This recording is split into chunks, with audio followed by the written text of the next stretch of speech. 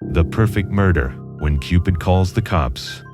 Welcome back. Today's case has it all. Family betrayal, a perfect murder that went undetected for 4 years, and a love triangle so twisted it ultimately became the key to solving the crime. But I have to warn you, this case will make you question how well you really know the people closest to you, because sometimes the most dangerous predators are the ones who say they love you most. So grab your coffee, settle in, and prepare yourself for a case that proves no murder is truly perfect, and sometimes justice comes from the most unexpected places. The anonymous man never expects to find love in a Palm Harbor bar that August evening in 2018. He certainly doesn't expect it to come in the form of Mary Beth, an attractive woman in her 60s with silver hair and eyes that hold decades of stories. She possesses a magnetic confidence that draws him across the crowded room. When she smiles, laugh lines crinkle around her eyes. When she speaks about her past, her voice carries hints of adventures and secrets that intrigue him.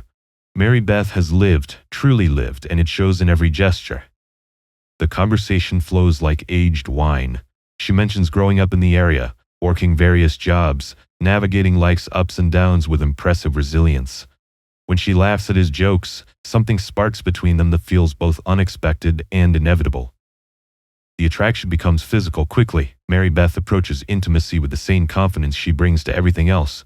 During quiet moments afterward, she sometimes grows distant, staring out windows with an expression he can't quite read. She speaks occasionally of difficult family situations from recent years, always in vague terms that leave him curious but respectful. Something weighty lives behind her eyes, some burden she carries that makes her seem both strong and fragile. One evening, as they share drinks and easy conversation, Mary Beth's expression grows thoughtful. She reaches across the table, her fingers brushing his hand. Mary Beth explains that she'd like him to meet her sister. She mentions they're very close and have been through everything together. The word everything hangs in the air between them, heavy with unspoken meaning. Mary Beth introduces Linda at a quiet restaurant 3 weeks later. The moment proves awkward in ways the anonymous man doesn't expect. 3 people sit at the table, the complex undercurrents flow between the sisters that he struggles to understand. Linda appears different from Mary Beth in striking ways. Where Mary Beth radiates confidence and warmth, Linda seems more reserved, almost fragile. Her movements carry a nervous energy, and her eyes dart around the room as if constantly watching for something. Yet when the sisters look at each other, they share meaningful glances that speak volumes without words. They finish each other's sentences throughout dinner. When Mary Beth mentions their childhood, Linda nods knowingly. When Linda starts to describe their father, Mary Beth smoothly takes over the story. They communicate through subtle gestures and expressions that suggest years of shared experiences and shared secrets. The man finds himself drawn to Linda's vulnerability the same way he was attracted to Mary Beth's strength. Her quiet intelligence complements her sister's bold personality. When she smiles, which happens rarely, it transforms her entire face. What surprises him most is how naturally the three-way dynamic develops. Neither sister shows jealousy when his attention shifts between them. When he begins a physical relationship with Linda as well, both women seem to accept this arrangement without question. Their lack of surprise suggests they've shared things before, perhaps everything. The sisters live quietly, almost reclusively, in modest homes near each other. They mention few friends, fewer social activities. Their world seems to revolve around each other with an intensity that both touches and unsettles him. They've built walls around themselves, keeping the outside world at a careful distance. During intimate conversations, their history unfolds slowly. They moved to the area after their father died in 2015. Both women become visibly uncomfortable whenever the subject arises. Their father's death seems to mark a turning point in their lives, the moment when they became inseparable and isolated. Linda mentions they had to handle everything themselves when their father passed.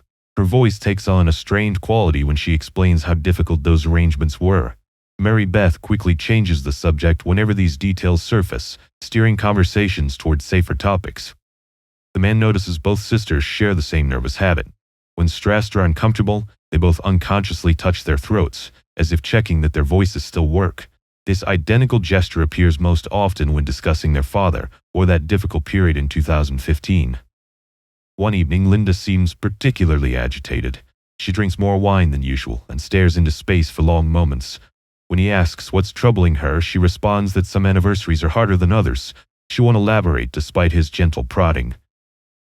Mary Beth watches her sister with concern during these moments.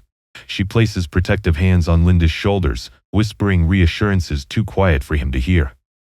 Their connection during these episodes seems almost telepathic. Two people who've weathered the same storm and emerged forever, changed. The man begins to understand that whatever happened when their father died wasn't simply grief. Something more profound occurred, something that bound these sisters together while cutting them off from the rest of the world.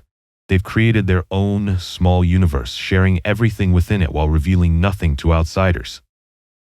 Their reclusive lifestyle starts to make sense. They've withdrawn from normal social connections, relying entirely on each other for emotional support. This explains why they so readily accept sharing him. He represents their first real connection to someone outside their closed circle in years. During a particularly intimate moment, Linda whispers something that chills him. She explains that he doesn't know what it's like to have to make impossible choices about someone you love. Her voice carries pain so raw it seems fresh despite the years that have passed. When he presses for details, Linda's face closes off completely. She won't say another word about it, leaving him alone with fragments of a terrible truth beginning to take shape. February 2019 arrives with Linda in a state the anonymous man has never seen before. She drinks more than usual, stares into space for long periods, and keeps looking at calendar dates while muttering about anniversaries. Something eats at her from the inside. She seems agitated tonight, pacing around her living room with restless energy. Her hand shakes slightly as she pours another glass of wine. When he asks what's wrong, Linda just shakes her head and says some secrets are too heavy to carry. To understand Linda's breakdown, we need to go back 4 years.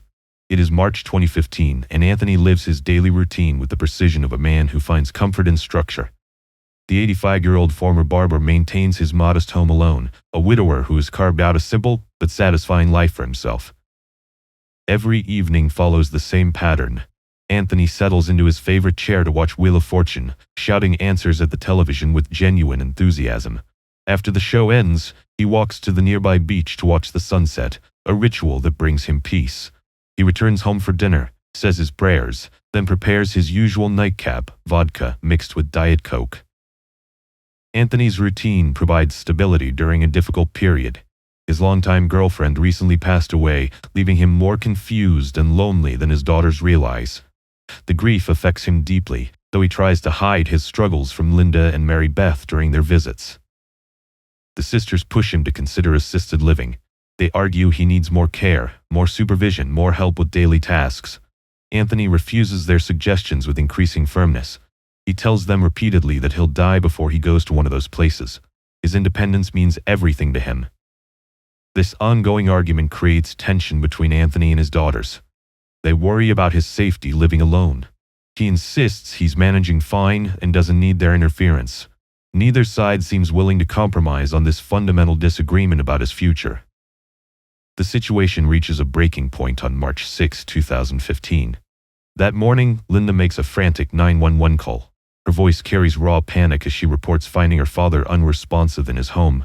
She explains to the dispatcher that she arrived for their regular visit and discovered him in his bedroom, apparently having died peacefully in his sleep.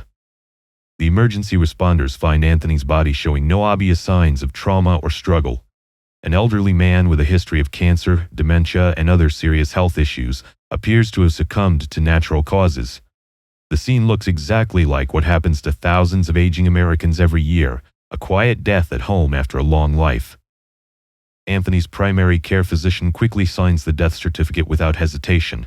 Given the man's advanced age and extensive medical problems, natural death seems the most logical explanation. No one orders an autopsy. Why would they investigate what appears to be a textbook case of natural death? The sisters handle the funeral arrangements with efficient grief. They choose cremation, explaining to relatives that Anthony preferred this option. Everything moves with remarkable speed and smoothness. Death certificate signed, body cremated, property sold, family relocated.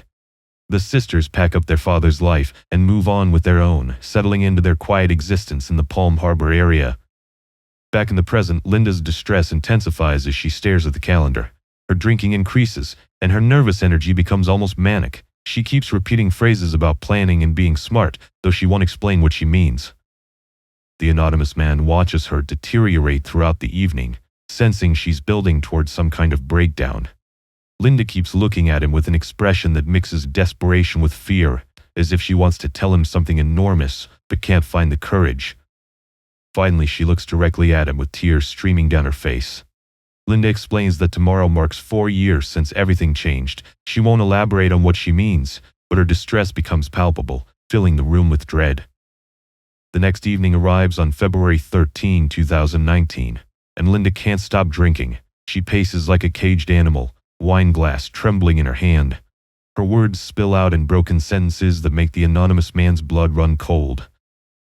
Linda keeps repeating the same phrases over and over. She mutters that they thought they were so smart. They thought they planned everything perfectly. Her voice carries a mixture of pride and horror that chills him to the bone.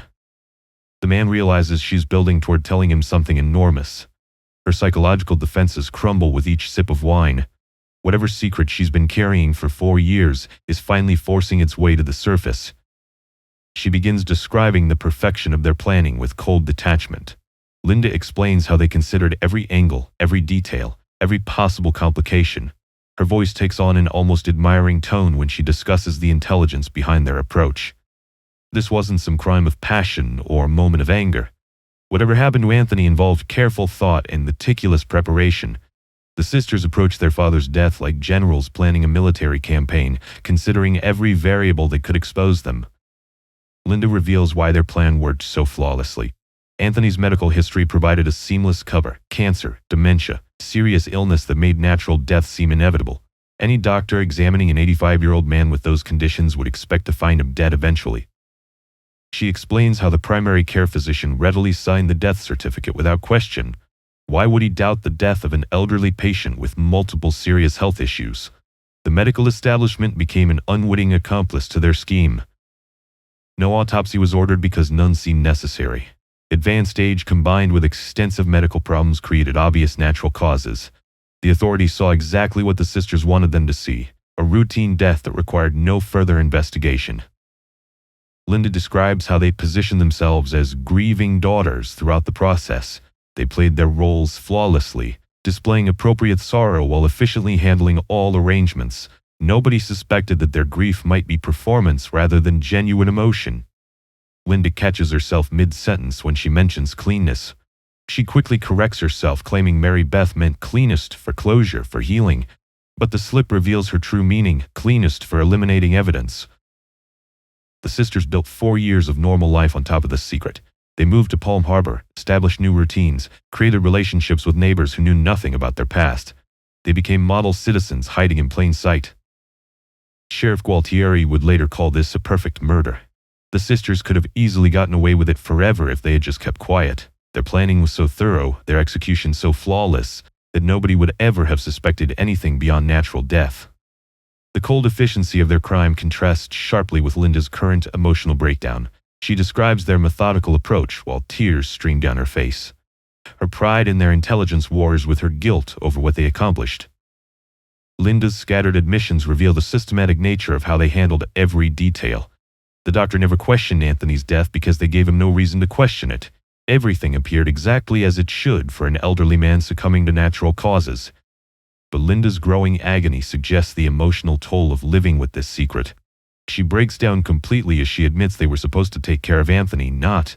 She can't finish the sentence, leaving the truth hanging in the air. Suddenly, Linda stops talking and stares at the anonymous man in horror.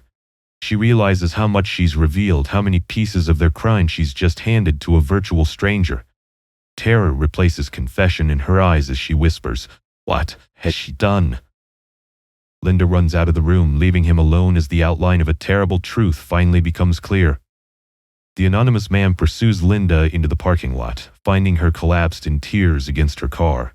She looks at him with wild desperation, her defenses finally crumbling completely. The secret that has eaten at her for 4 years demands release.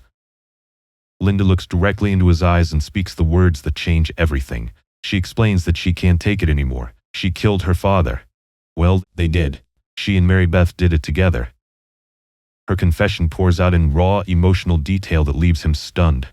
Linda describes their decision as an act of mercy, not murder. They euthanized Anthony like a beloved pet whose suffering had become unbearable. She insists they gave him peace when life had become nothing but confusion and pain. Anthony's deteriorating condition after his girlfriend's death had alarmed both sisters. Linda explains how their once sharp father became increasingly confused and disoriented. He forgot basic things, repeated himself constantly, and seemed lost in his own home. The man they remembered was disappearing piece by piece. His adamant refusal of assisted living created an impossible situation. Anthony declared repeatedly that he'd rather die than go to one of those places. Linda interprets this as his way of asking for help ending his suffering.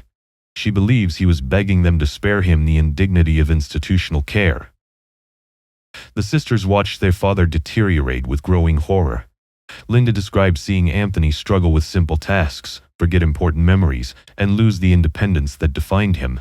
She insists they couldn't stand watching him fade away into nothing.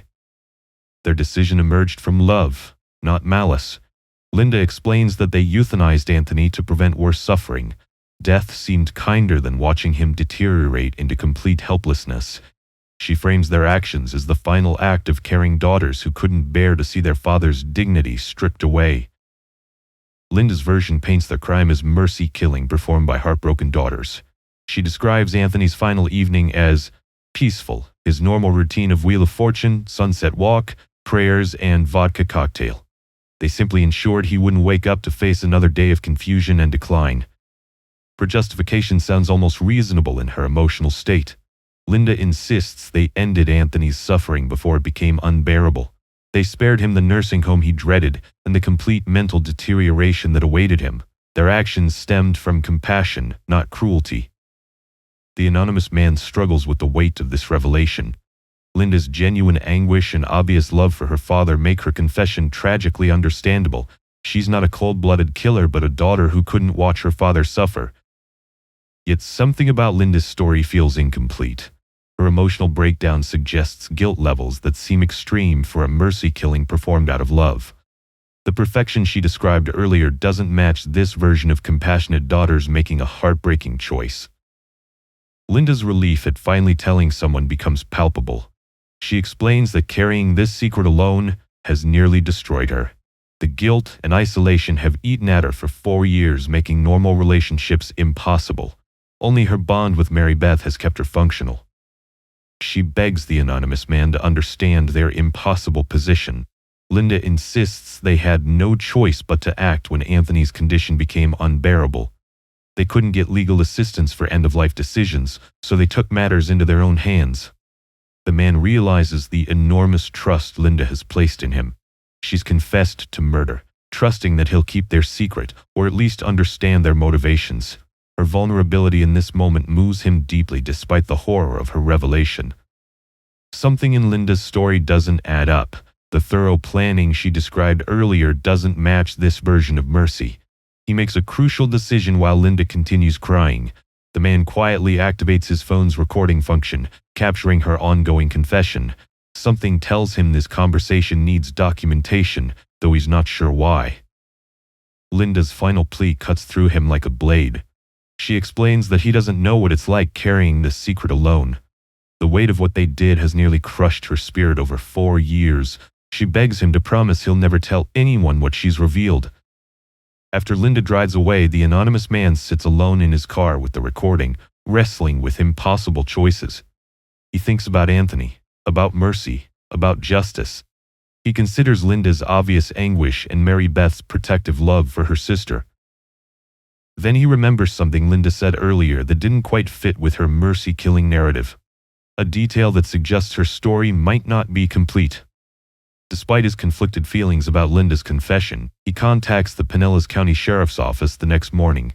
Detective David DeLeon and Detective Bailey take his call seriously. A murder confession, even for mercy killing, requires investigation.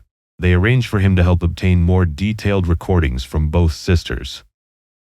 His decision to cooperate with law enforcement creates internal conflict that tears at him.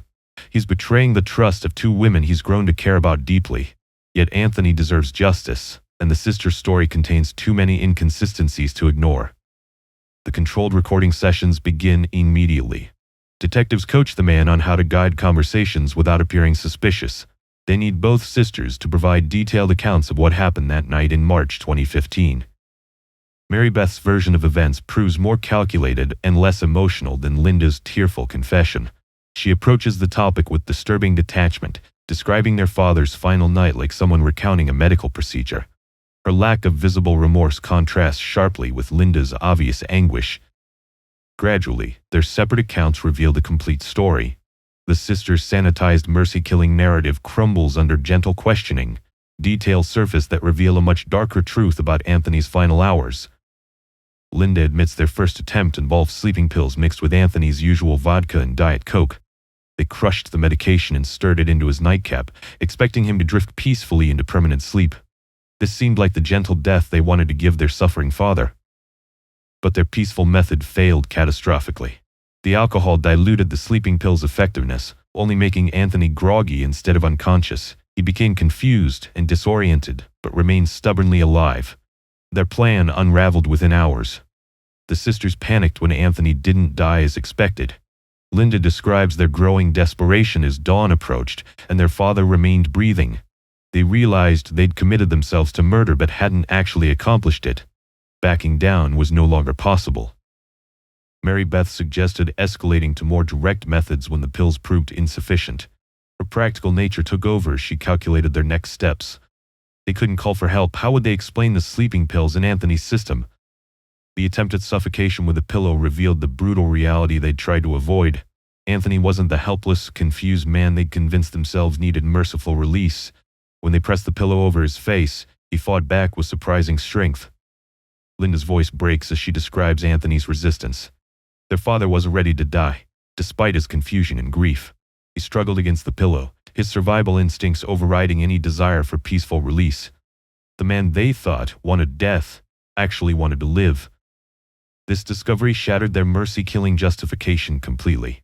Anthony's fight for life proved he hadn't been silently begging for death. The sisters had projected their own fears about aging onto a man who still valued his existence, however diminished. Mary Beth's response to Anthony's resistance reveals her true character. She calmly told Linda they had to finish what they started. Her practical voice on the recording chills investigators as she discusses their father's murder like solving a household problem. The sisters' crime began falling apart the moment Anthony refused to die quietly. Their gentle euthanasia became an increasingly violent struggle as they realized their father wouldn't cooperate with their plans for his death. Linda's breakdown intensifies as she describes Anthony's fear during those final moments. She admits he looked at them with terror, understanding finally that his daughters intended to kill him. The trust and love in his eyes transformed into horror and betrayal. Mary Beth's voice cuts through Linda's emotional collapse with chilling clarity. She explains that Linda said they had to get a washcloth and put it in Anthony's mouth, and one of them would have to hold his nose, and they had to finish what they started. The full horror of what happened that night begins crystallizing as the recording captures Mary Beth's methodical description of their final solution. March 5, 2019, exactly 4 years after Anthony's murder. Police arrive at the sisters' homes to make their arrests. Both women immediately confess as officers read their rights, as if finally relieved the secret has escaped their control. The financial reality emerges clearly during questioning. Anthony's house sells quickly after his death, with proceeds split between the sisters and their brother. The modest inheritance provides enough motivation for murder disguised as mercy-killing. 4 years of normal life follow this violent night. The sisters establish new routines, create relationships with unsuspecting neighbors, and live as model citizens. Their secret remains hidden until love forces it into the open. The anonymous man reflects on the dark irony as he processes everything he's learned. This resembles arsenic and old lace, who would suspect 2 elderly ladies of killing their father. But unlike the dark comedy, this was real, brutal, and driven by greed disguised as compassion. Sheriff Bob Gualtieri holds a press conference that captures the case's bitter irony. He explains that this was the perfect murder. The sisters could have easily gotten away with it forever. Their planning was so thorough, their execution so flawless, that Anthony's death would never have been questioned. The legal outcomes unfold swiftly once the confessions emerge. Prosecutors initially charge both sisters with first-degree murder, reflecting the premeditated nature of their crime. However, Both women ultimately plead guilty to second-degree murder charges, acknowledging their actions while avoiding lengthy trials. The sheriff's assessment proves accurate in every detail. Without the anonymous man's cooperation, this case would have remained permanently closed. Anthony's cremated remains eliminated any physical evidence that might have contradicted the natural death ruling. The medical examiner's quick certification seemed entirely reasonable given the circumstances. The investigation reveals how close the sisters came to success. 4 years of successful deception crumbled in a single night because Linda couldn't carry the emotional weight alone anymore. Their methodical crime was undone by imperfect human emotions and desperate need for connection. The anonymous man chooses to remain unnamed throughout the legal proceedings, protecting his privacy while ensuring justice for Anthony. His decision to record the sisters' confessions provides the crucial evidence that transforms suspicion into conviction. Final details about the cremation confirm investigators' worst fears. The quick disposal of Anthony's body prevented any possibility of recovering physical evidence that might have revealed the true cause of death. The sisters' insistence on cremation eliminated the last potential witness to their crime. The story that began with romance in a Palm Harbor bar ends with justice for an 85-year-old man who died alone and terrified. Two sisters who shared everything, including murder, were ultimately undone by sharing the same man. Love, it turned out, was the one witness they couldn't silence. That concludes today's case. If you're drawn to the darkness like a moth to flame, like and subscribe for more chilling cases that will consume your thoughts, right here at Grim Lane Files.